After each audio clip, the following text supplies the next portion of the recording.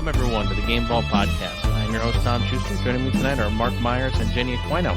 Tonight, we'll be discussing games that are cringy that we happen to like, and reviewing our Retro Roulette game, Mario Kart 64, for the Nintendo system. But before we get to all of that, what have you guys been playing? Jenny? So, mostly the usual here for me. Although I do have to report that the new Big Phasmo update that dropped is flipping amazing and extremely difficult. They dropped Nightmare Mode, which was announced previously as something that was coming, but nobody really knew what it meant, other than it sounded really difficult. So basically, Nightmare Mode takes away the possibility of locking in evidence to know exactly what ghost you're hunting, so you have to kind of guess and use little clues that you might pick up on during the game to figure out what kind of ghost it is, because that third piece of evidence is no longer given to you. The ghosts are smarter, again, angrier, scarier. There's a new ghost model, which is like a see-through person, like think Invisible Man, if you've seen that movie. Okay. They make a lot of different noises now. One of them groans differently. One of them just like raspy breathes while it's hunting for you. One of them sings. One of them cries. And one of them is whispering, "Where are you?" over and over and over again, which is one of the creepier ones.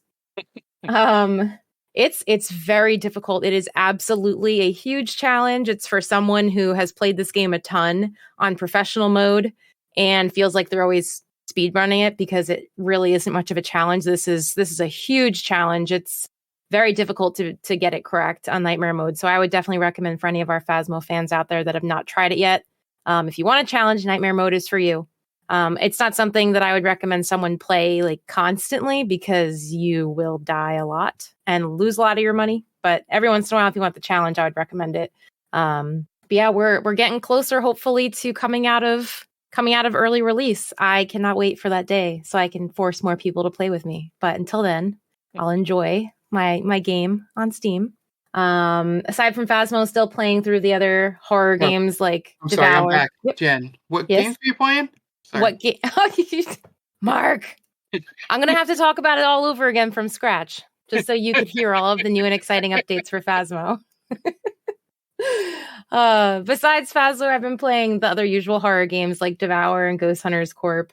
Still a lot of fun with both of those. I have not played Dead by Daylight in 2 weeks.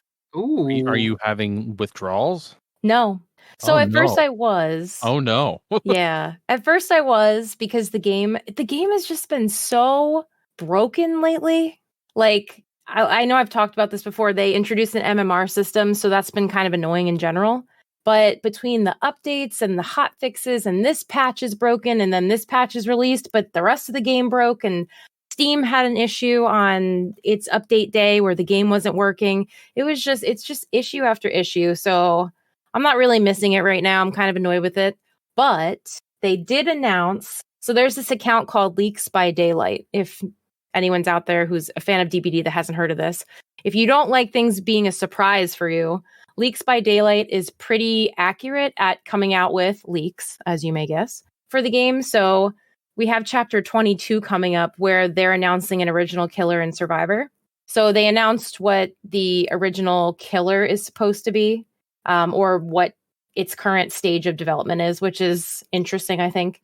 And then they announced Chapter 23 is going to be licensed, and it's supposedly going to be a Conjuring chapter, which is pretty exciting for me, because the Conjuring movies are some of my favorite horror movies.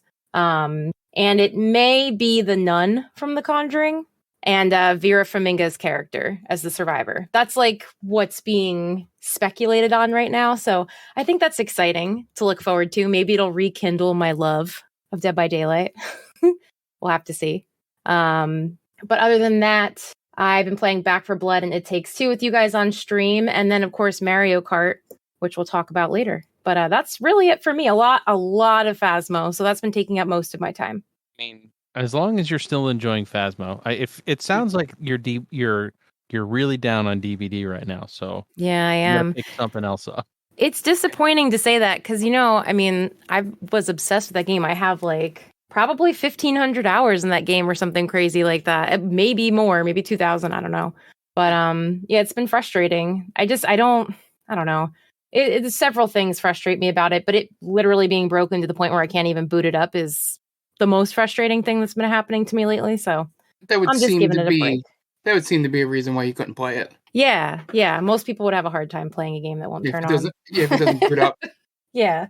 I triple platinum Meg, so I'm done too. So, Jen, suggestion for a game for you. Sure. I've heard good things about Inscription. Really? I don't think I've heard anything about it, so I'm happy to check it out. What kind of game is that? Aside from horror. Basically, best description I can is you are in a cabin and you're trying to escape by beating demons at a card game. Oh, we just rated a streamer who was playing that, and Tom, once we booted into her stream, he looked at it and he said, "This seems like your kind of game, Jen." So I will have to check it out. Heard really good things about it. Yeah, cool. All right. Well, we got a new game for Jen to play. Mark, how about you? Yeah, so a lighter list this week because I believe I was setting up to do my final run on Deathloop on our last podcast. And I finally beat it in 2 tries on the final run. Yay. Congrats. I probably would have beat it in 1 try, but I knew where someone was, and I jumped up through a hole in the ceiling, and when I got to the top, there were 5 people there, and they all shot me. That's a problem. So at that point, I was like, can't come up from the house, gotta come up from the outside. So once I did that, I was great. The best part was I'm sure we've all had these moments, and this is for the audience too. When I killed the last visionary, I all of a sudden got nervous, and I'm like fuck. Is there something else coming? No. More like, fuck, I can't die. Oh, that's right, because you have to get out. Yeah, right. I was like, I don't want to do this all over again. Mark, I'll tell you about it in a minute, but I had the same thing happen.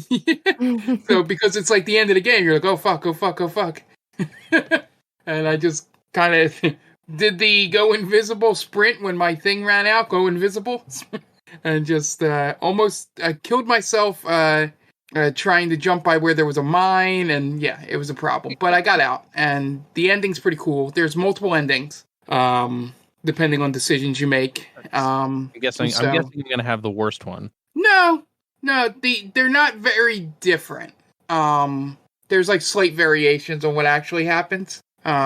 It's not like anything. It's not like Mass Effect 3 where the 3 endings are, very different. But yeah, it's a really good game. Probably my game of the year so far. Really, really liked it.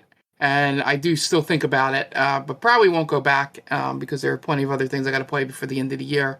But yeah, 2 runs. Like I was saying on streams and on here, once I kind of figured out the path to do it, it was pretty simple. It was just about not putting yourself in a stupid situation and getting surrounded. And yeah, then I watched a speedrunner do it, and I was like, fuck, that was so much easier. Well, yeah. But it was just like how easy it took them. They beat the game in 20 minutes. Wow, that sounds crazy from what you guys have been talking about. But they do like glitches, sequence breaking. Okay. Like getting through walls before you're supposed to be able to get through them. Oh, well. Okay. That's how they do it in 20 minutes. But still, he's got to do the full run to actually beat it. Like, there's no skipping that. And just, like, he kills the first person in the hangar a way I didn't even think was possible. And I'm like, oh, that is oh. And now I want to go back and see if I can kill him that quickly. Not in 20 minutes, but, like, do that the way he kills that person. But, yeah. Really love the game. So outside of that, I've been playing. I really liked the hockey game this year. I know I've seen other people like not really feeling it. From people I respect. In terms of their thing, but I'm having a whole lot of fun with it. I think I said it on here on the stream. The drafting AI for the expansion draft is broken because it gave me a chance to draft Alexander Ovechkin as the Seattle Kraken. And I'm like, oh yeah, because Washington would expose him. So yeah, but that was fun. So yeah, the hockey feels good. I mean, there's still a lot of soft goals with the goalies, but hopefully patches will work with that, or I'll find like a way to do sliders, like I've had to do in the past to make the goaltending more fair. But yeah, still, yeah, it still blows my mind to this day that the best NHL game of all time is from. that's probably the most fair game. It's 100%. crazy to me. And that's even got an exploit Yeah. in it. But yeah, that's probably the game where your skill, is put to the test. But yeah, so I've been playing through those games. I spent most of my time the last 2 weeks, to be honest, writing for Stranger Damies. So most of my free time has been cooking up that session. So I have not been able to jump into Age of the Empires 4, which I really want to do. Looking forward to that, and looking forward to Forza. You gave me some awesome news, which you'll talk about more in your section. Yep. That makes me even more excited. I was just thinking, I may purchase the Call of Duty game. Why? Why would you do that? Because I got really into Call of Duty multiplayer for the Modern Warfare, and now it's just full of cheaters, and I need a new game. Okay, well that makes sense. I'm not any good at it, but I just really like playing it. And now it's just a lot of really good players in it, and most of them are probably cheating in the Modern Warfare multiplayer. But I'm going to pick it up for the PS5 just because it'll come with Warzone, and the Warzone on the computer kept fucking with my system. So, and probably the PS5 probably has a better video card than my computer, to be honest, at this point in it. So, yeah, that's about it. Looking forward to basically some of the games coming out the rest of the year and getting ready for our Game of the Year discussion in about a month or so. As I solidly have my top 5 at this point. I'll be lucky if I have top 2. I'll be lucky if I have a top. That's the one thing on this podcast, folks. I play a lot more new games than the two of them. Yep. But yeah, and there's one game which will tie into my games in the topic is I do want to find time to purchase Tales of Arise. The new game, I've only heard really good things about it, and it the craziness in all the right ways that I love Tales games.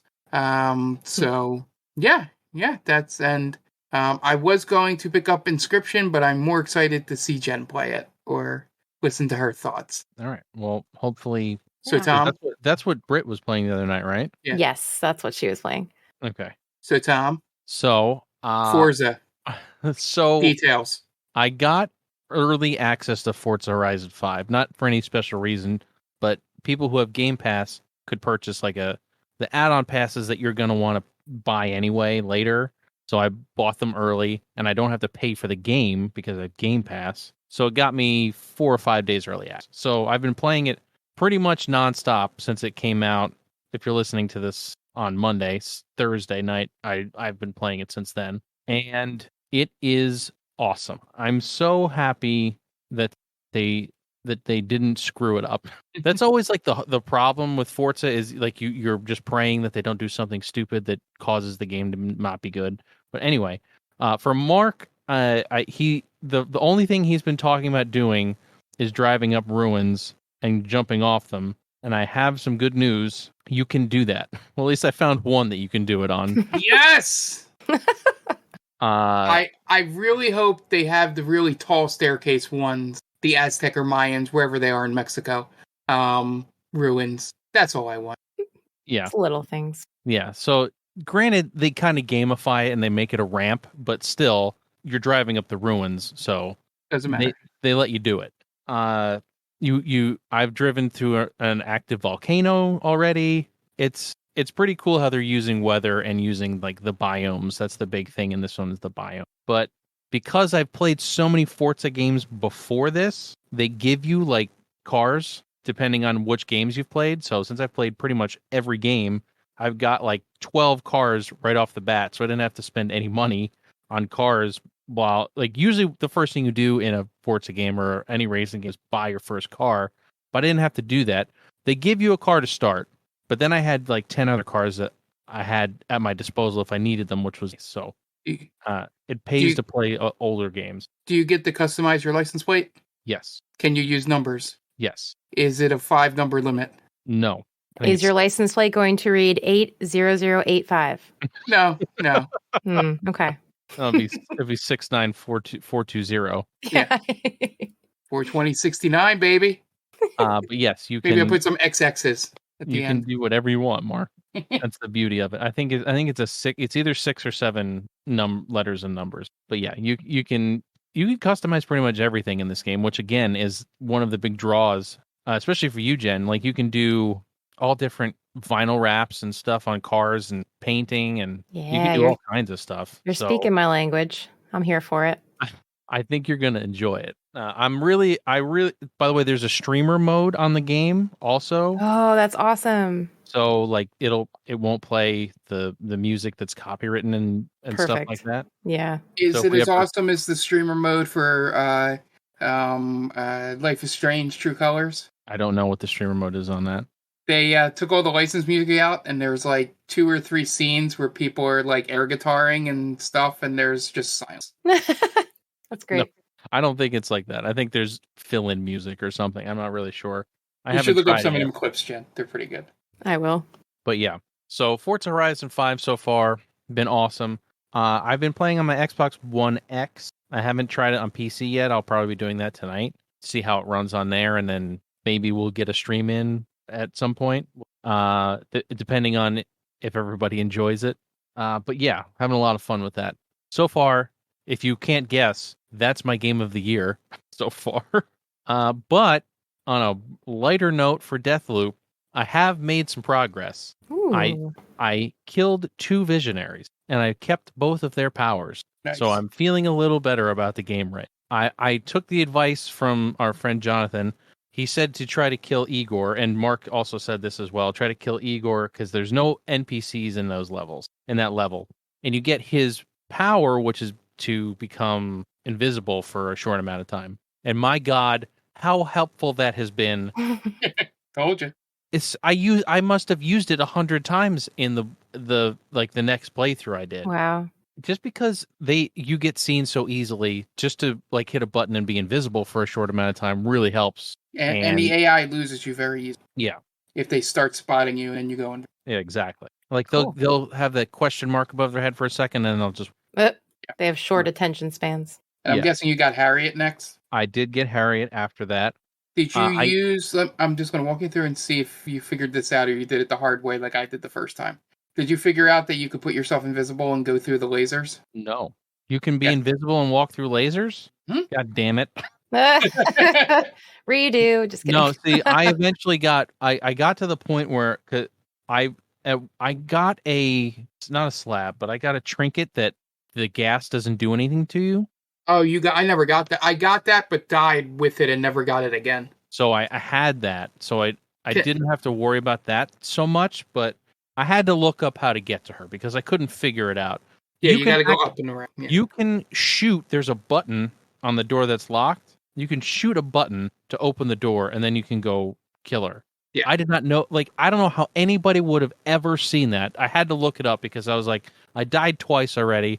I'm not going to die again and lose all this stuff and do all this over. Right. Yeah. So that room with the 3 With the lines on it across from the cockpit of the plane. Yeah, You know what I'm talking about? Yeah, if you're invisible, you can go and jump right through there. I didn't know that. No, But- you wouldn't. I didn't know it until I was invisible and almost ran through some of that stuff when I was going back to get an upgrade to Igor's power. Yeah, but I looked it up and I didn't know that you could. I didn't know there were buttons on these doors that you could shoot. Like, how Yeah. am I supposed to know that? Like, nowhere could I like, and it's so small. Like, I don't know how because I was you're supposed to. The hard way that I did the first time was I threw a grenade in that room and it went through the wires and broke the wires and then exploded, which Yeah. alerted everyone. But I got inside and then was able to kill her and run out. But yeah, I did the hard way. But then when I figured out the easy way, or the easier way, your way is probably slightly easier too. But yeah, so I did that and I went back around and I killed her, and then I was like, I have to get back. I didn't kill anybody on the way in. So there's a million people out there, and I came so close to dying, and I came so close to throwing my control through a window. But I made it back. It was one of those. It's the same thing. You're like, oh fuck, oh fuck, oh fuck. I gotta Yeah. get back. I gotta get back. And I just ran. I just continued to run. I kept hitting the invisible button as soon as it was available, and I just ran all the way back, and I almost died as I was opening the door, but I made it. I got her power, and I haven't. I shut the game off after that. I was like, I need to calm down because I was so like hyped and like my blood was rushing. It was just like, all right, I got to calm down. I got to do something else. It was invigorating, but at the same time infuriating. Yeah, that game can be like that. It'll be more the former than the latter as you go. Yeah, now that I have some powers that I've infused that I can hold on to, I'm hoping the game will get a bit more fun because, like you said, you don't even you use the powers without even thinking about them.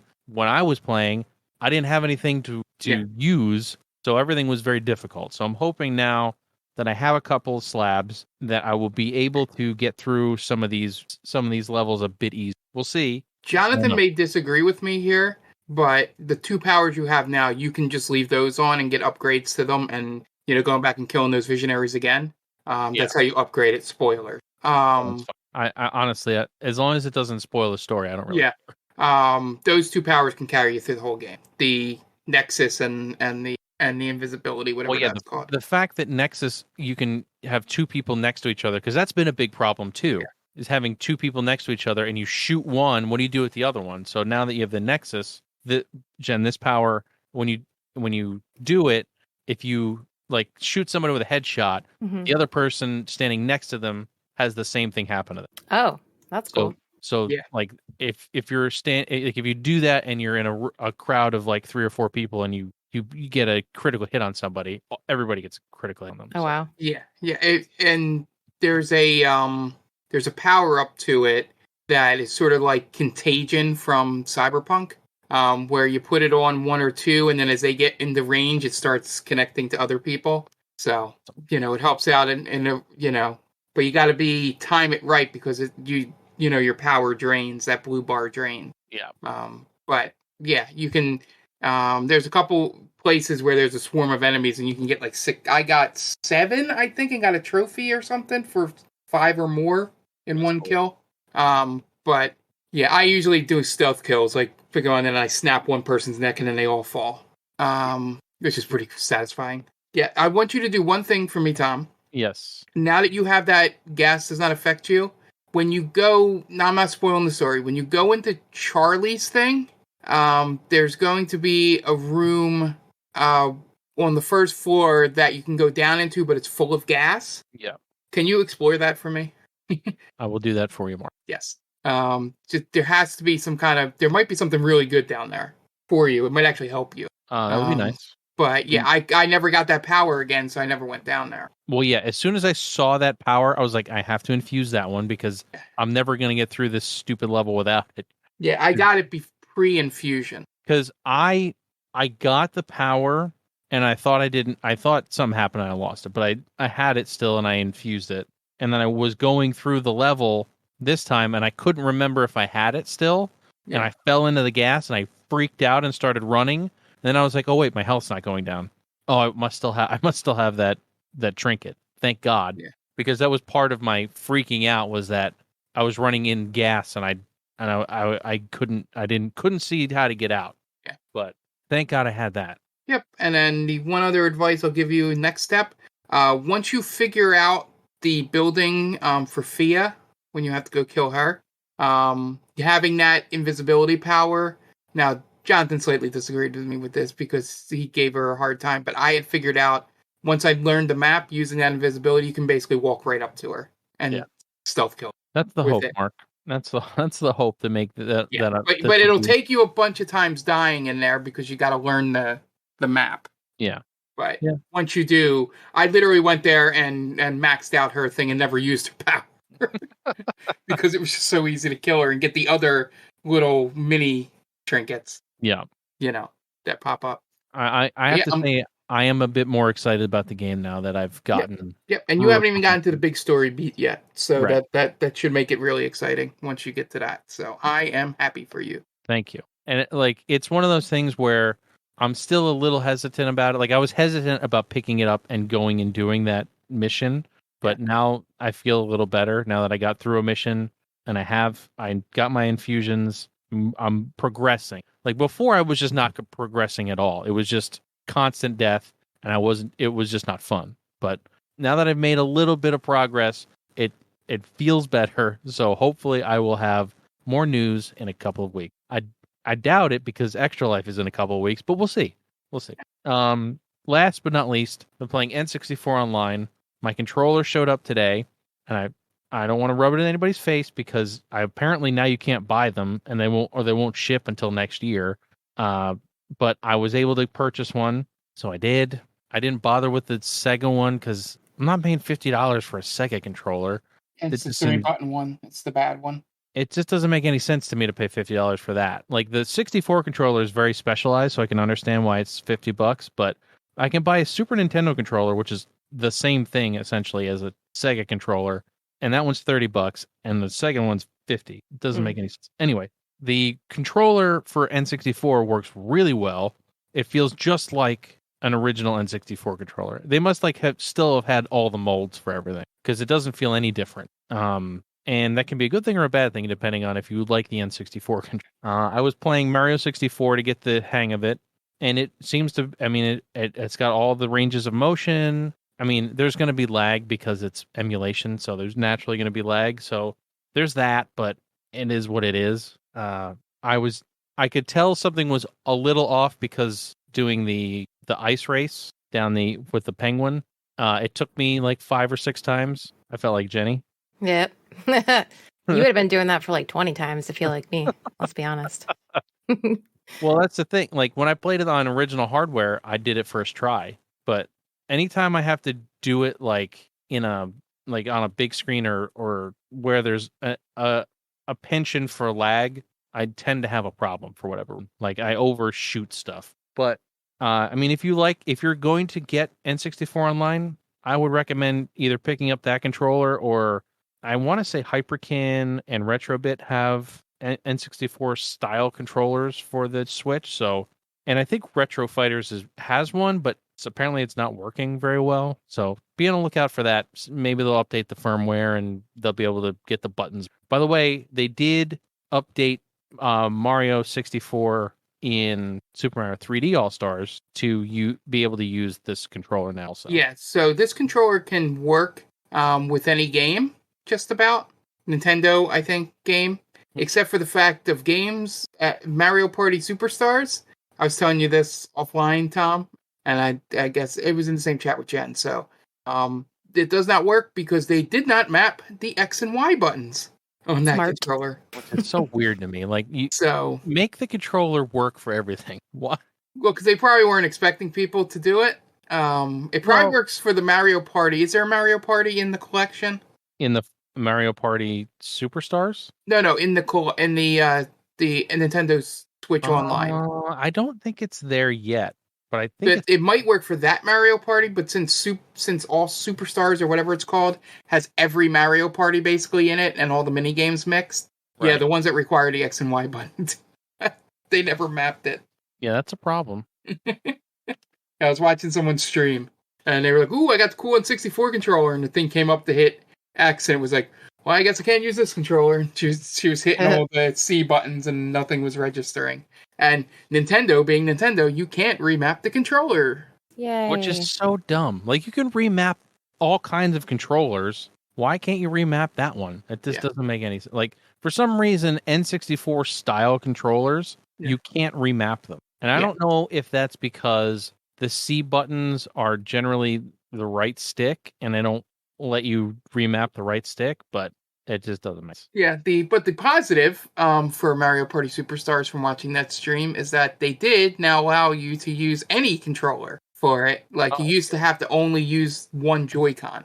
Oh God. So now you can use your Pro controllers and your wired controllers and that. Can you use a GameCube controller? I guess they updated it so that it wasn't just the Yeah, it used to be you only could use one Joy-Con. It wasn't even like handheld mode was like impossible. That's incredibly annoying. Oh, Nintendo. Yeah. Always something. Yeah. But anyway, yeah, that's pretty much all I've been playing. I'm surprised none of us got Metroid. I figured somebody would have gotten it, but Well, someone that listens to the stream has played Yes. Metroid. yes. He may have some opinions. I was trying to play Dread before the stream today or the podcast today, and I just didn't get around to it. But hopefully for the next podcast, I'll be able to give my thoughts. Now that I'm thinking about it, our next podcast may be delayed. Oh no, we'll be good. It'll be the week after. Thank God. Perfect. Yep. We'll have recovered by then. And it'll end the week after Thanksgiving. Yeah.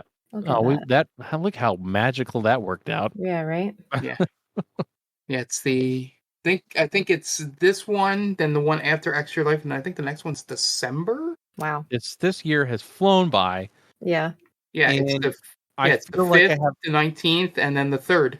I feel like I haven't played any games this year. As dumb as that sounds. Now, I'll have to go back and look, but I feel like I did not play any like new games. Yes. Hitman 3 came out this year. No, it didn't. Yes, Hitman it 3 did. came out. What did it come out? January? Yes. Oh, that's why. I've had this conversation with friends, and I've heard it on podcast. Is just someone brings that up.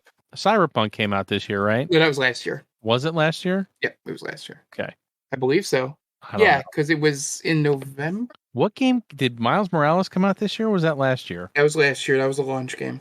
Man, like I said, I can't remember. Well, you can count Miles Morales because we're doing our favorite games list. So if you we're because I'm going to include like remake intermission because we're gonna have our favorite game of this year and then our favorite game period, and then we'll see what it is. Yeah, I mean for that list, my only restriction would be it can't be a retro game. Yeah, we'll have we're gonna have our favorite game that didn't come out this year, which can be whatever you want it to be. Yeah, it would have to be a new game that you've played. So no, like, oh, I went back and played Final Fantasy VII again, and boy, is that game great! Right, because we will also, for those who don't know what we're talking about, we have our little year-end awards, and we generally do our favorite new game, like best game of the year.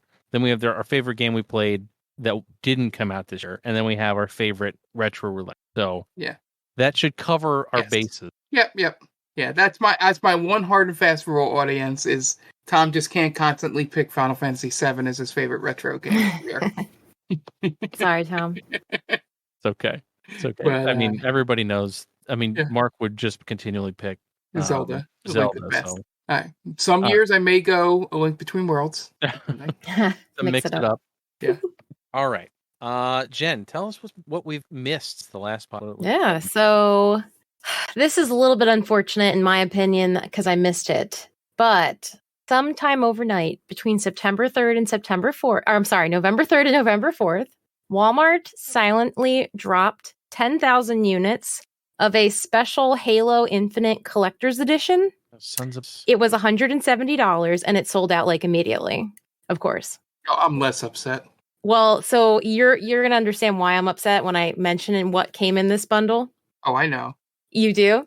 So it included the game, obviously, a steel bookcase, which usually comes with collector sets for the game, 5 patches, a plasma pistol replica bottle opener, 2 lanyards, a mini art book, a desktop portfolio, a special note from the developer, and an energy fucking sword desk lamp. When I saw that, I was like, are you kidding me? Like, I didn't know how much it was. That's why I said I'm a little less upset that I didn't get this. Why would they not tell people that this was coming?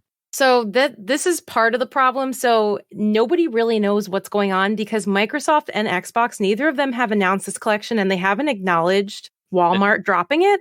So people are wondering if they released it too early, like if it was supposed to be released much later, like closer to when the game comes out. That's like the Far Cry 6 thing. I don't know if you saw that, Jen. No. Did they do that for Far Cry? No, they released the DLC early starring Danny Trejo. Oh. Yeah, I saw that. So Walmart has a history of doing stupid shit like this. Yeah. They also, back when the NES Classic came out, they dropped some like in the middle of the night. Yes, Yeah. I was up. Yeah.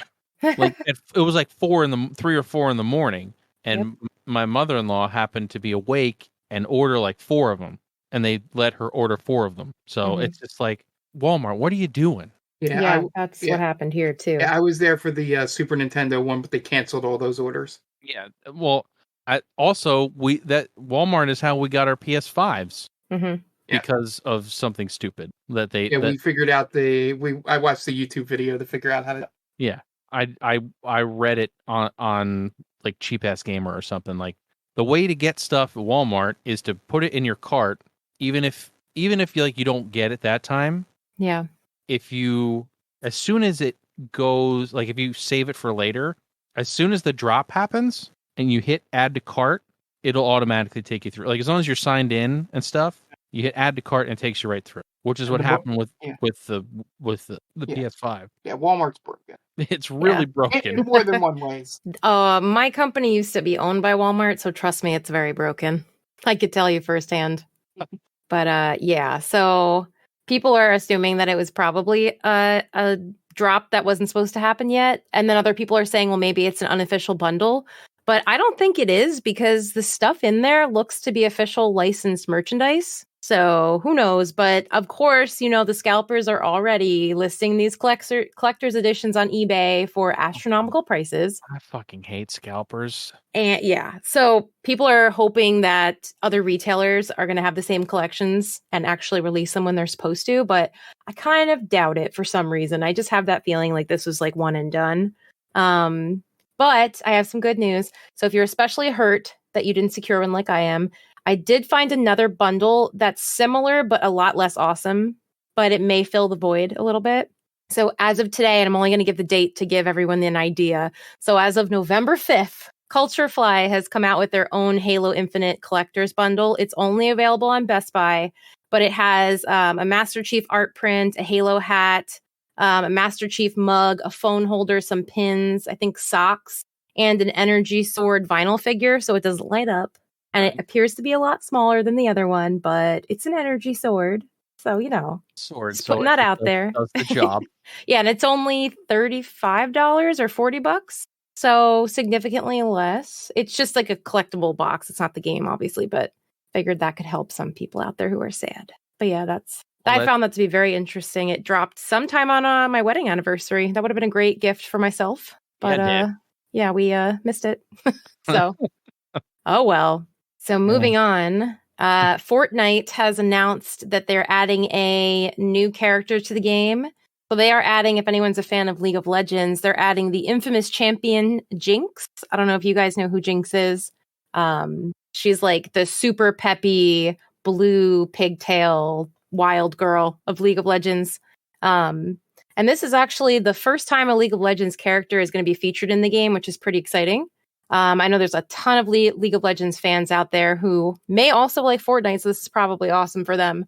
And this is probably happening right now because Jinx is also the main character in Netflix's upcoming animated series. I think it's called League of Legends Arcane or Arcane League of Legends. And that's coming out, I believe, tomorrow or Monday. So if you're a fan of League of Legends, you'll also want to catch that on Netflix. And I believe they might be streaming it on Twitch as well. But aside from the actual character skin, there's a bunch of other stuff related to Jinx that is being added to the game. Like you can get her outfit that she wears. There's like a weapon, a pickaxe that she uses. There's a few custom loading screens and just a bunch more stuff. And she's already in the game. She was added on November 4th at 8 p.m. Eastern. So if you're a League of Legends fan, you'll definitely want to take part in the sale. She's pretty cool as a character. So I could see a lot of people wanting to download her and play as her. And then moving on, just when you thought Skyrim was everywhere it could possibly be, Here we go. I found out it is now being made into a board game. So this is most likely to celebrate their 10-year anniversary, which is coming up really, really soon. But you can now purchase, you could pre-order the Elder Scrolls V Skyrim the Adventure game. It is a tabletop RPG that features 12 hours of story content. And that's just if you take one direction of the game called the Golden Path. So you can add in all these other story choices. And then while you're role playing and doing different, like testing out different playing styles and all that kind of stuff, this game could go on for a really long time, like much longer than the 12 hours minimum that they're saying it's going to take.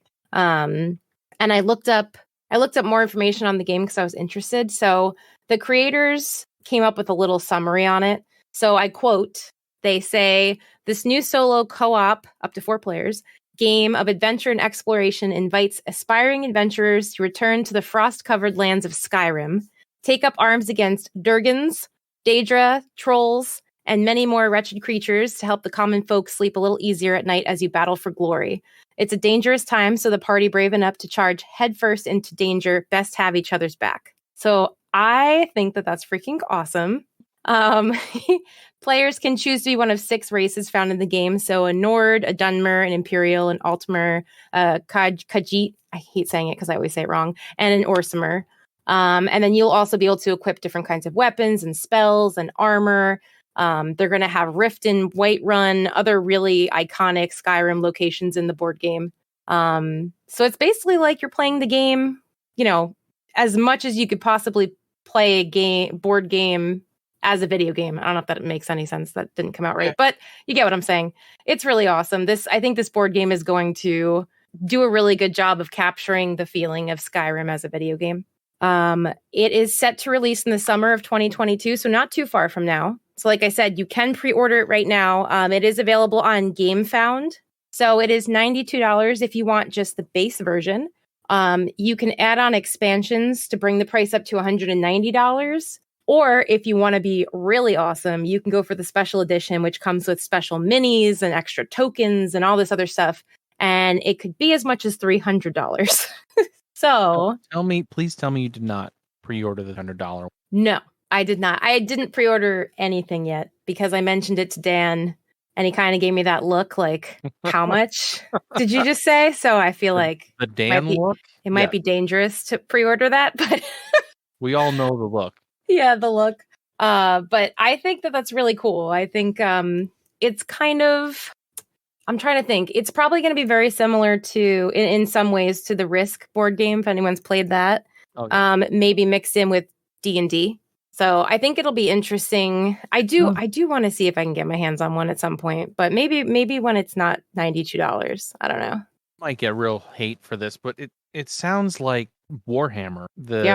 The board game Warhammer. I don't know if you guys have played. I haven't played it, but I've heard a little bit about it. It's kind of like Skyrim in a board game. It sounds interesting. I mean, I can't imagine spending $300 on a board game, but then again, I don't play board games, so it's not. Right. I guess I'm not really the target audience. But hey, if you want to do like another thing, I personally have never done is play a board game by myself. Yeah, like they said, you could play solo. Like I don't know that I would, because I would just cheat. Well, I feel like this game is definitely for the kind of board gamer who is okay with leaving and coming back and continuing a game. Like I said, like Risk. Sometimes Risk takes hours. Played Risk for days. Yeah, right, exactly. So this is definitely that for that kind of gamer. I could see myself enjoying this game. Also, I had a conversation with a friend who wants to start D&D, but he doesn't have people to play with really. And he was wondering if there are solo adventures, and there kind of are, but there really isn't, because you really should have a DM guiding you. This could fill that void too for someone. Like you said, like I've never played a solo board game. This could be something similar to being able to play D&D solo, sort of. Yeah. But I think it's cool. I could agree with that. I think that if I know there's a lot of board games you can play by yourself that are in this vein, but Skyrim I feel like is going to be if you've played Skyrim the video game, it will give you that. Yeah.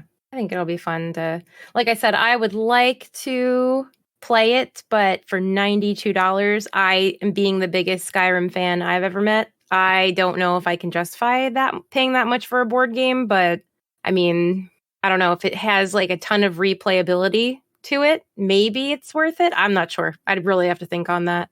But I'll look forward to hearing what people have to say about it. Hopefully I can find some reviews on it. And then if anyone listening ever gets it, let me know what you think of it.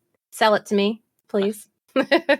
I'm interested to hear what people have to say about it. I mean, Yeah. we've gotten into D&D, a lot of fun, Hmm. but I've never played, and besides Risk, I've never really played another board game before. So I'd be interested to hear about it. Yeah, same. So my last thing to discuss is kind of some exciting preliminary news coming from Sega and Microsoft. And it hasn't been solidified yet, but Sega and Microsoft are currently in talks to establish a partnership with each other. So actually, you can find an article on Sega's official website which explains their plans should they team up with Microsoft. So it's in the works. So Sega's cheap goal is to develop super games. So they kind of explain that as large-scale global online community games with IP utilization. Like these are all, what do you call them? Like power words from their website. Sounds like Phantasy Star Online. Yeah. People are speculating we might be in for a new era of games from them, which will be interesting. Like if Sega were to develop and publish multiplayer games like MMOs. So that's what people are kind of assuming that might come out of this. So the Sega Corporation president and COO was also very excited for the proposed partnership. He came out with a fairly wordy statement on how pleased he is to announce that they're working through this strategic alliance. He basically said it's going to be helping them develop their new super game initiative and build a next generation game development environment. So, I mean, like I said, it's really wordy, but if you guys want to read it, it's all on their website. And then even Sarah Bond, who's the CVP of Microsoft, had some really nice words for Sega. She was saying that they've played such an iconic role in the gaming industry so far, and they've been a great partner over the years. So they're looking forward to working together as much as they can to create new, and unique gaming experiences. So I think that's pretty interesting. We'll have to see what comes of that. But it sounds like it's more than speculation. It's they're actively trying to reach an agreement. So maybe within the next few months, we'll hear some more news on that. Yeah, I mean, people don't remember this, but Sega, when they went belly up, one of their first things they did was develop games for the Xbox. So they developed a lot of games for the Xbox. So I'd be interested to see what they have going on now. This sounds like a cool thing to me. Yeah, it'll be interesting. But yeah, hopefully Sega. I mean, I feel like I haven't heard anything like besides like stuff like Sonic Mania. There hasn't been a whole lot of Sega news, I feel like. So this is exciting. Yeah. All right. Well, if that wraps up the news, we might as well get right on into our cringy. So someone had given us the idea, our friend Jonathan had given us the idea to talk about games that we like but are considered cringy. And cringe can be very subjective. So our games are going to vary very differently, I would imagine. So this should be interesting. Some may agree that they're cringy. Some people may say that they're not.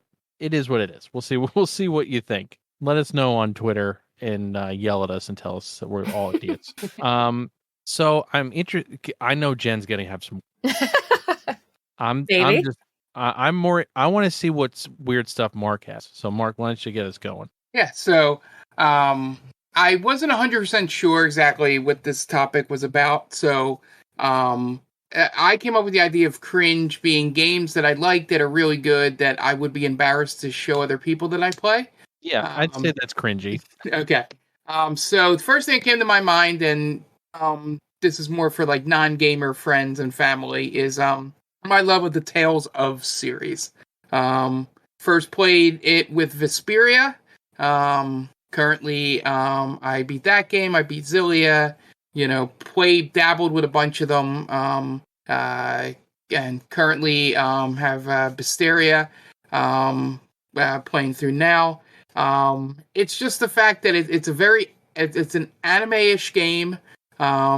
Ish might even be able to be chopped off, but yeah, just the idea of the different outfits and the crazy stuff you can put the characters in leads to some of the more apropos, cringy parts of anime culture. Yeah, I really love those games. I think they're really wacky and get to the true heart of crazy anime stuff. And I like to do a lot of the goofy outfits and not the ones that are way too sexy for kids that are probably supposed to be teenagers in this game. But yeah, I recommend anyone that likes a good active. I guess it would be like I'm blanking on the type of combat where you can run around and active battle. I guess it's called where you still go into an arena, like you get the random battle thing, and you're in an arena, but you can move around and hit buttons. It's kind of like remake Final Fantasy VII remake.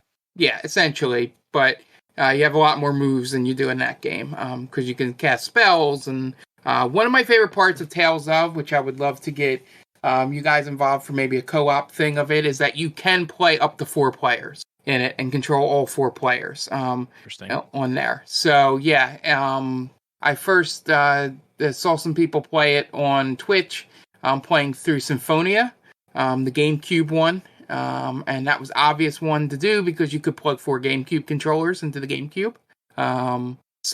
But it carries on throughout the games. So yeah, Tales of, probably not as cringy as some people are probably like, that's not that bad. But of the things that I actually play, it's the one that I'm like, someone knocks on the door or says they're coming over, and I'm sort of like, pause, back to TV. Yeah, I wasn't playing anything. Nothing weird going on. I was just watching porn. It's fine. No, yeah, it was just pornography. Not anything weird. So yeah, that was the first game that came to mind. All right. Since Jen probably has the best ones, I'm gonna let her go last. So I'm gonna jump in here. I'm gonna say I really like the Kingdom Hearts Melts.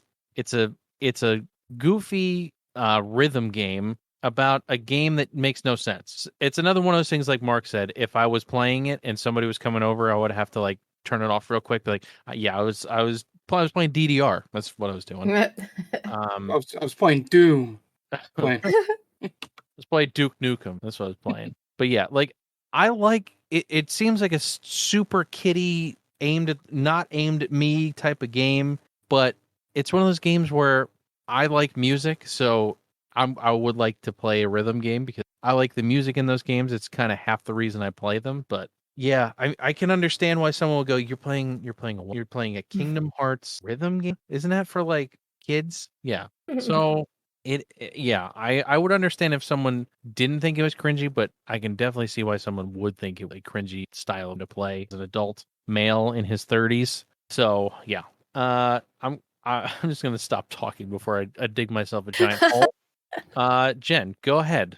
Okay, so I just want to preface, I don't know if my games are going to be as crazy as you made it sound like they could be, but you guys could be the judge of that. My first one is definitely something you guys both have heard of, and that is the Dead or Alive. I'm just gonna scoop the whole series in there. Yeah, go for it. Because let's be honest, someone walks into a room while you're playing Dead or Alive, it might be a little cringy. Are we talking beach volleyball too here? So what I did was I'm going to start talking about it, and then I'm going to get into the most cringy one that I have come across, which is pretty wild. And it's not volleyball.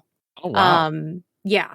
But I mean, obviously we know it's cringy mainly due to the shameless female character design, more specifically questionable boob physics.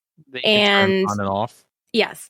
I've always been a huge fan of these games, mainly because I was really into fighting games at the time, and anime, which is prevalent in these games.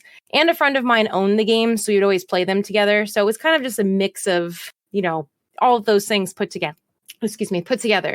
And I never took the overly sexual character design too seriously. It was only silly to me, if anything. And then you move on to beach volleyball, where the cringe really sets in. But the absolute king of cringe in this series is Dead or Alive Xtreme 3, which, if anyone listening doesn't know, they call it a sports game. And I say that with air quotes, even though you can't see me. I could feel them. There's rock climbing, capture the flag kind of race, obviously beach volleyball, and then the very official sport of butt battling, where you get on a float with your competitor in a bikini, and you have to slam your butts together in an effort to knock each other off the float. That sounds like a great sport to me. It sounds great, and it is so great. Is this they should really add it to the How Olympics, did if I you not ask know me. this existed? Is this also the game? I know one of them had the like side mini game where you like can put suntan lotion on the girls. Yep. There's sun Yeah. tanning, there's bathing suit malfunctions. It's cringe at its finest. And for anyone who can't imagine the level of cringes in that specific game, just watch the trailer. Because they sum it all up perfectly in the trailer. It's hilarious. But regardless, I love Dead or Alive. It'll always have a special place in my heart. But definitely one of those games where if someone walked in the room while I was playing with questionable boob physics, they would be like, hey, what the fuck is that? So yeah, that's my first one. Well, that's great. That's the kind of stuff I was hoping for, Jen. Okay, cool. I'm glad I could deliver. Yeah, you delivered, definitely. All right, Mark. So, I probably had of all the topics I ever did, I probably had the hardest time doing this because I don't, outside of I didn't want to just keep doing anime video games because I could have mentioned Persona, and all that stuff. But it would just been the same genre. That's really the only genre I play that would have any cringiness to it. So I went to take a segment of a game I really liked, and use that. And it would be the sections of Metal Gear Solid 5 after you get quiet. I can see that. And you can, and all the times you can go visit her when she's in prison downstairs, and it is just fan service at its finest, where she's sunbathing topless, not like you can't see anything. She's like on her stomach, and the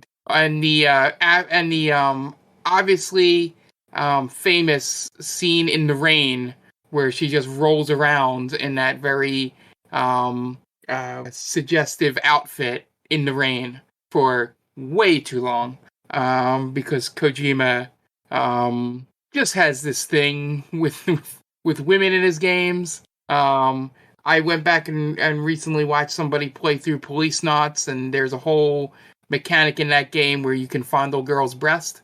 And I'm just like, oh, he's been horny since the 90s. Jeez. Oh, yeah. Yeah.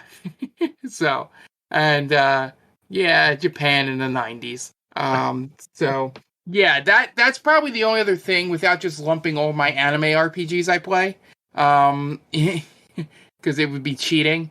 Would just be like when I got to that section in Metal Gear 5, I was just like, oh, how do I explain this to anybody that has never... So you see, she breathes through her skin. That is why she's almost naked. That's why she can't wear clothes. That's why she can't wear clothes. It's perfectly scientific. Yeah.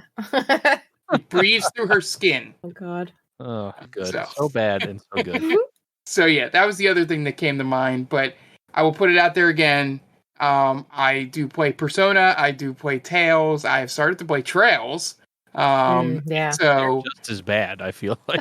Yeah, so that would be cheating, as I said, to lump all of those and just give 3 separate examples, because they're all basically the same example of it.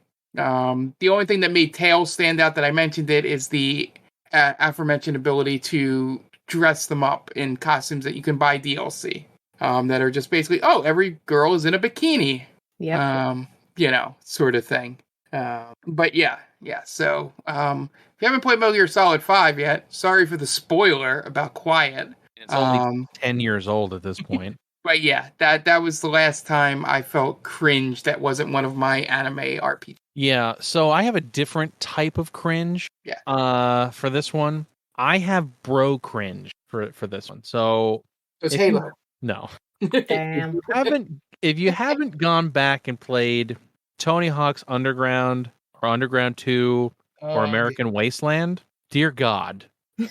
I was watching somebody play through one of them, and I was like, God, no, you couldn't put any of this in a video game today. Like, just the shit that they got away with in the early to mid 2000s was amazing. Just some of the characters are super non-PC, and just it's just awful. Like, some of the cringe factor is off the charts for these. Just for the mere fact of it, they're basically all based on Jackass. So if you go back and watch Jackass, all of it is cringy. all of it would never work today, which I think is probably why we haven't seen a Jackass movie in the past. When was the last one? 10 years ago? I think they're coming out with a new one though. Yeah, the new one just got delayed. Mm-hmm. Oh, I can't imagine like this. Just the stuff that they got away with, like, oh, I'm gonna blow up this guy's house for no reason. Like you can't do any of this stuff anymore. It's just like I can't imagine them trying to make like an American Wasteland. Oh, don't worry, Tom. In the trailers for the new Jackass, they covered one of the guys in honey and put salmon on his lap, and then let a bear inside the room and locked the door behind him. I think they also tied him up so he couldn't get away. Yeah, that's the kind of shit that they go through in these games too, and it's just like doing stuff without consent, and it's just it like I can't think of like a more cringy game than those. Going back and playing them now. I mean, I've seen some of the Jackasses, and while the full movie isn't as funny as it used to be when I was younger, you know, there are still some really good things, and there were some really good things in this trailer. But I can't imagine making a whole video game out of it, and it's still being, you know, like some of the missions in those games. It's just like how do you get away with this stuff?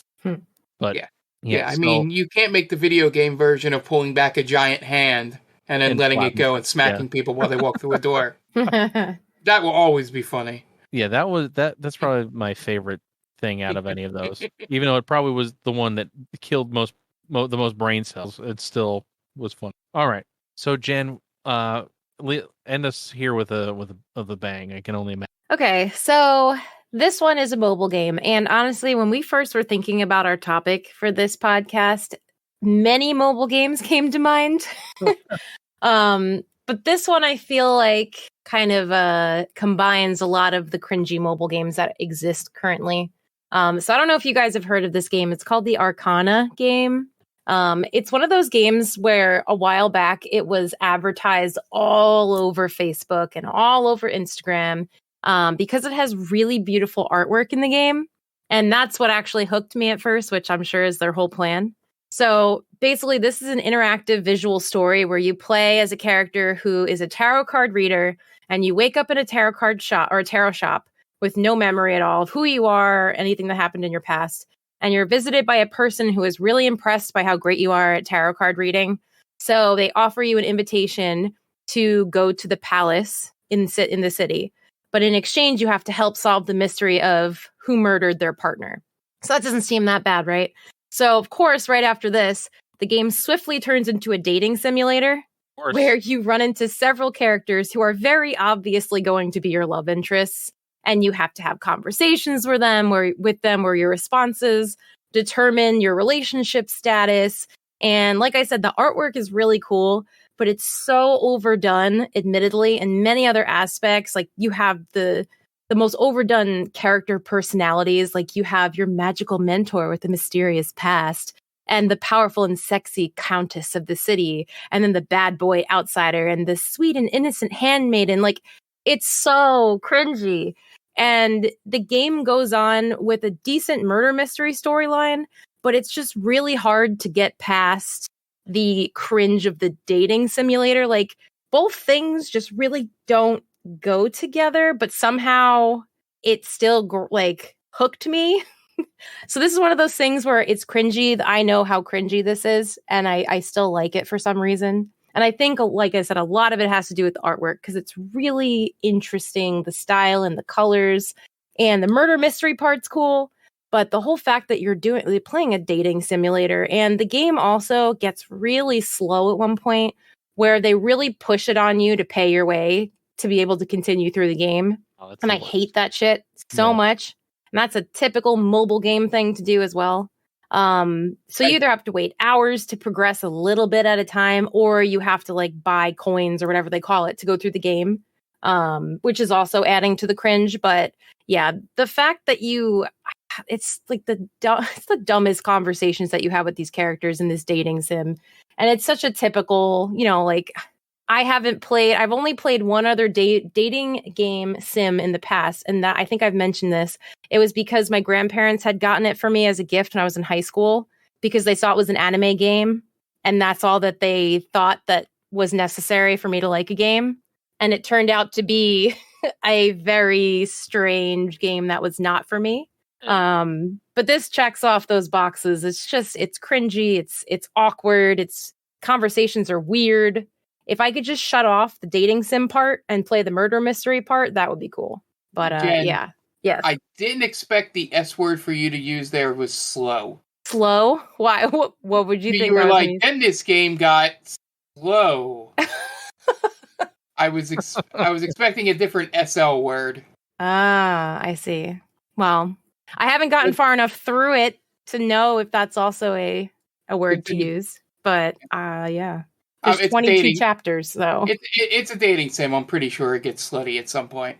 Yeah. I mean, the characters that they force. There's only six dateable characters, and there's a ton of NPCs that you run into. But the dateable characters, honestly, I wouldn't date any of them. Let's be honest. They're weird. Like I said, they're really overdone. They're just like, it's such like an eye roll every time that you meet a new one of them. You're like, oh God, this is another one that I have to choose. It's dumb. It's really dumb. I can't say it enough. Like a mobile game version of The Bachelor. That's all I can think of. Kind of, yeah. But then they put, like I said, this like magical tarot and murder mystery spin on it, which like kind of like got me back in. But then it's also just really cringy when you have to talk to people in the game. It's an annoyance. I don't know why I play it, but I figured that it fit the conversation today. So. Oh, that 100% fits the conversation today, and I'm so glad you played it. Thanks. I'm sorry, and I'm glad at the same time. Yeah. I'm interested to see. I know this game actually apparently has a huge following, which I didn't realize. I've seen a lot of really great reviews about the game. I know that there are some positives in it, but yeah, it's a cringe for sure. For me. Yeah, it's a thing. All right. Well, yeah, there's some cringe-worthy games for you guys. If you enjoy that sort of thing, go and check out the stuff we talked about. There's ways to play all of them. So feel free to try them and let us know if it hit your cringe bone. All right. Enough cringe. Let's get on to the Retro Roulette game this week, which was Mario Kart 64 for the Nintendo 64.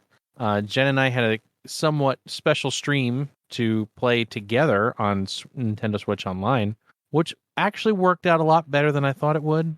Mm-hmm. But we're not reviewing that version. We're reviewing the original. So, Jen, this was probably one of your first big video game experiences, right? When you were a kid? Yeah, it was definitely one of them for sure. I played a lot of Super Mario 64, a lot of Spyro. So yeah, this was definitely up there though for me. I feel like at this point, Mario Kart 64 for us was the game. You either played this or you played GoldenEye when you went to your friend's house that had a Nintendo 64. Yep. It was one or the other. Or you played a wrestling if you were Mark. Yeah. But yeah, Mark, why don't you tell us where you're coming from with this?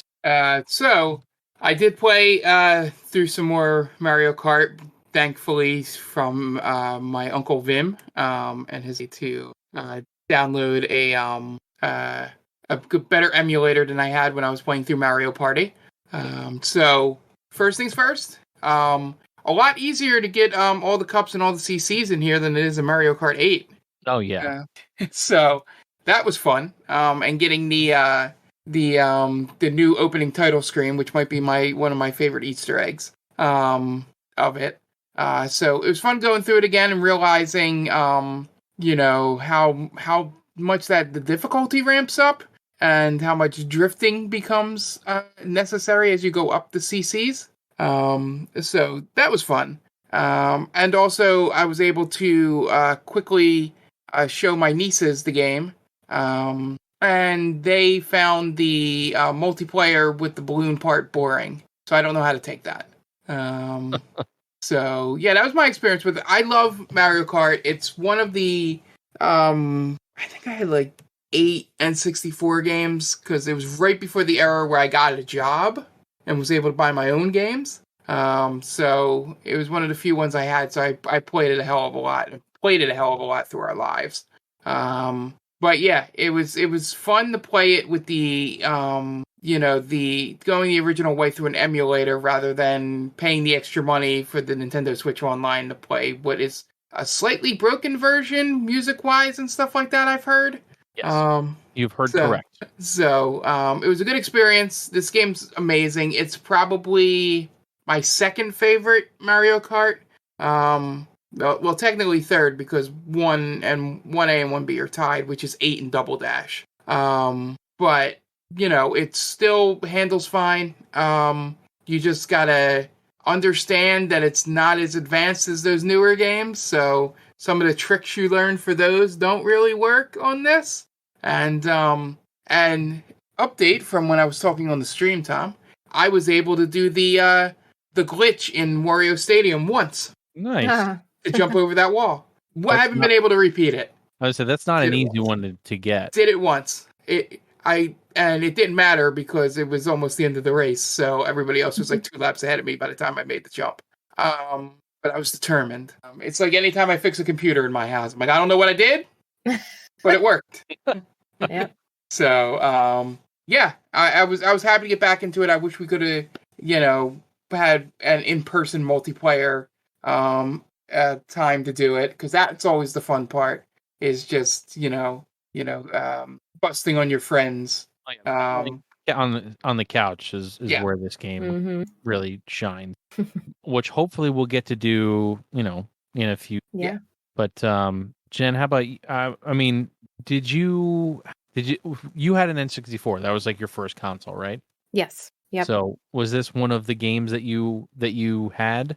Yep, this was one of them. I didn't have many. I had Super Mario 64, and I had this pretty much, which was fine. I mean, this is one of the best ways when you're a kid, to spend time with your siblings, and maybe one of the worst, most fight-inducing ways. But I don't know. I've always loved Mario Kart. I think if I had to rank my favorites, I think this one actually slightly beats out Mario Kart 8 for me. And only because I'm so much worse at Mario Kart 8. I don't know why. I just can't. The drifting in that game is so different, and I can't get it. I know if I really sit down and I practice a lot, I will get better at it, but the difficulty is so much harder to me in 8. So I think this game ranks a little bit higher than that game, but it's just a classic couch co-op. It's awesome. I had a lot of fun playing it on stream. It's always more fun to play with friends. I mean, I played it solo as well, but it's always more fun to play with friends. This is just one of the best games from my childhood, and it continues through to today. It's just awesome. Yeah, I totally agree. I didn't have an N64 growing up, but I knew a couple people who did, and like I said, it was either this game or GoldenEye that was in the system 9 times out of 10 when we were playing N64. And I got a lot of playtime in Mario Kart 64. And I think it really, like, it kind of did the thing where Mario Kart on the SNES was, like, the benchmark. And then Mario Kart 64 kind of brought it into, like, modern times, being 3D. And I feel like most kart games that came out after that were based on Mario Kart. Like, you look at Crash Team Racing and stuff like that. I feel like they all were basically just emulating Mario Kart 64. So it was kind of like the daddy of kart racing games. Mm-hmm. Would you say it's the zaddy? No. I wouldn't go that far. But yeah, I think what else can you say about Mario Kart 64? If you haven't played it, you need to play it. It's one it's one of those games that if you can get an N64 and a big enough TV and have 4 people sit together and play it, it will be one of the most fun experiences you've ever had. It's one of the best multiplayer games of all time. Just for the mere fact of, the way that you can there, like the first time the blue shell shows up, and like all that stuff originated in this game. So I feel like you gotta give it a shot at least one time with 4 people and an N64. If you can't do that, you might not get as much of an experience. I mean, we could talk in circles with this all day. I feel like I said, we'll be playing this during Extra Life. It's generally when Ant shows his gaming muscles and tells us how bad we are at the game. And it's a lot of fun. So look forward to that when we go and play. But I guess let's just get to it and give it a score. Jen, what do you give it? 5 out of 5. It's classic. It's fun. You can't go wrong with Mario Kart. Okay. Mark? Doing my half point scale that you guys hate, 4.5 out of 5, only because there are 2 games better than this, and they deserve the 5s in my opinion. Fair enough. Fair enough. I'm going to give it a 5 though, because it's good. It's like I said, it's what every kart racing game is built off of. So I can't take away from this game. So I got to give it a 5. I'm sure most of you saw that coming, but hopefully you can pick it up. If you've never played Mario Kart before, you should definitely pick it up. Even if you like newer Mario Karts, you should still go back and try this. I feel like it's worth it. Yeah. So if you like 8, I would even say pick it up if you're just curious about how those levels looked originally. yeah, it's cool to see where everything came from, because a lot of these levels continued to get to be remade and updated into the new game. It's definitely worth checking out where all those levels came. All right, let us spin the wheel.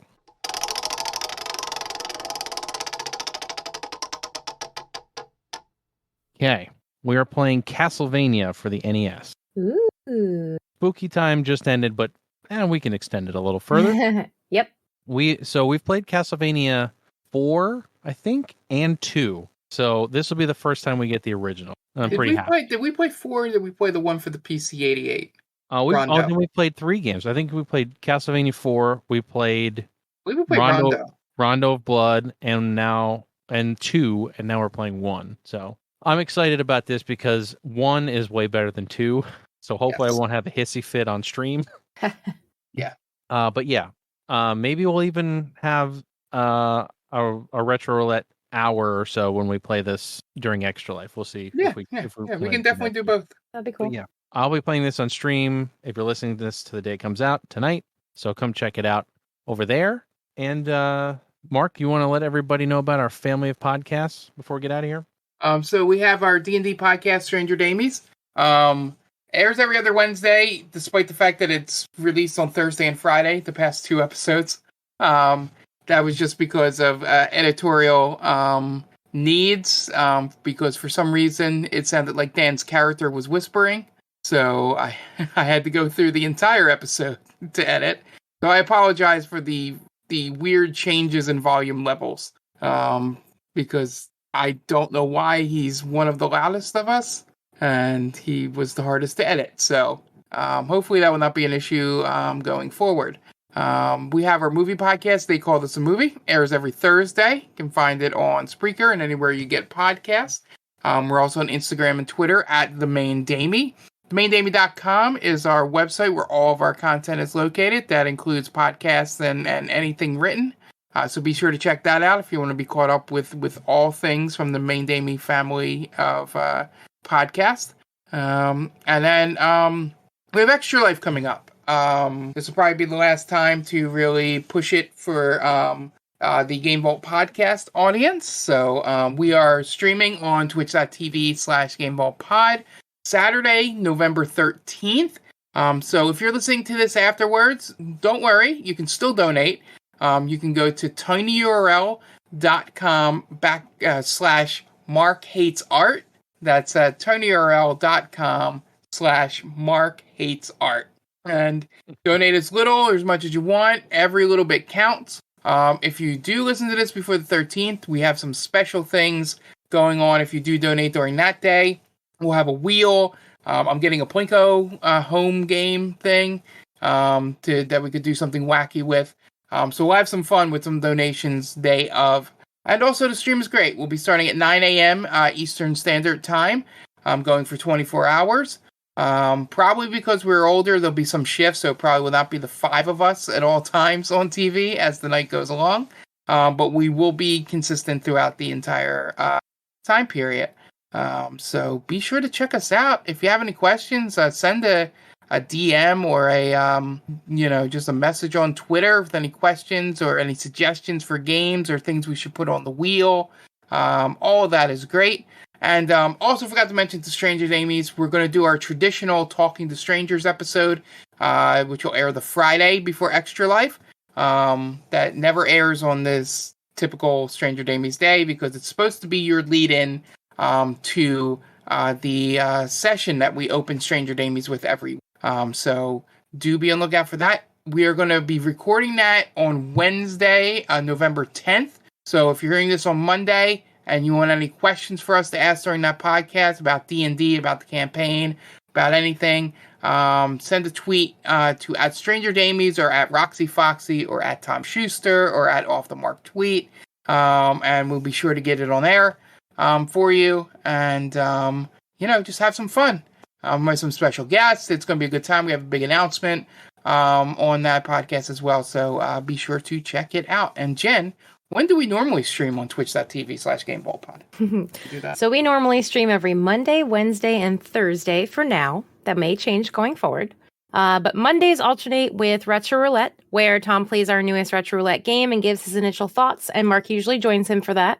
Or it's usually Retro Monday or Multiverse Monday, where Tom is currently playing through Chrono Trigger, but that is on hold right now because he is actually fulfilling a sub goal that we amazingly hit on Twitch. So he's playing through RE2 Remake right now. But no matter what, Mondays are a lot of fun, so please be sure to come and hang out with us on Mondays. Wednesdays is our co-op day, where all three of us jump on a first-person shooter game. Right now we're playing through Back 4 Blood. The servers have been nice to us the last few weeks, which is good. So, if that's ever an issue, then we usually switch over to Master Chief Collection. But that's a good time as well. And then Thursdays is co-op day as well. Right now it's Mark and I playing through It.62. And then Tom and Mark have a game lined up as soon as our game is over. But like I said, there's 3 games a week right now, or 3 days a week right now that we stream. But we will let you know on our Twitter account or on our Discord if we decide on changing that. Jen, you might as well plug your own stuff too. You got it. You got this platform. You might as well flaunt it. Okay. I also personally have my own Twitch stream that I do. So I stream every Tuesday, Saturday, and Sunday. So kind of alternating with Game Vault. So I'm kind of always streaming in some location, except for Mondays and Fridays, essentially. So I play a lot of horror variety games. So if that sounds like something you're interested in, you can come check me out. It's usually around 9 to 9:30 Eastern time I play. And then I play into the wee hours of the morning because I'm a psychopath.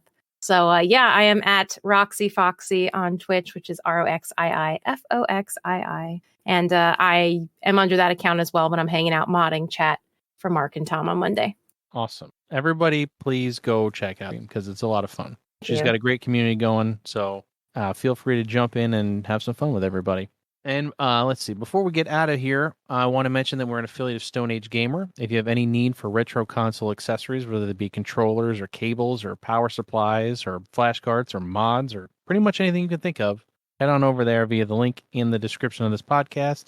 And anytime you use that to purchase something, it gives us a little kickback and helps us make this podcast and our streams better for you guys. So a lot of stuff coming up. Hope you guys are ready. Hope you guys are psyched as we are. So if you are, let us know on Twitter. Like Mark said, let us know if you want to see anything on stream. If you have any ideas for our wheel, let us know, and we'll be happy to oblige. So, thanks again for hanging out. Hope you all are staying safe. And for Mark and Jenny, I am Tom, and we will catch you guys in the next one.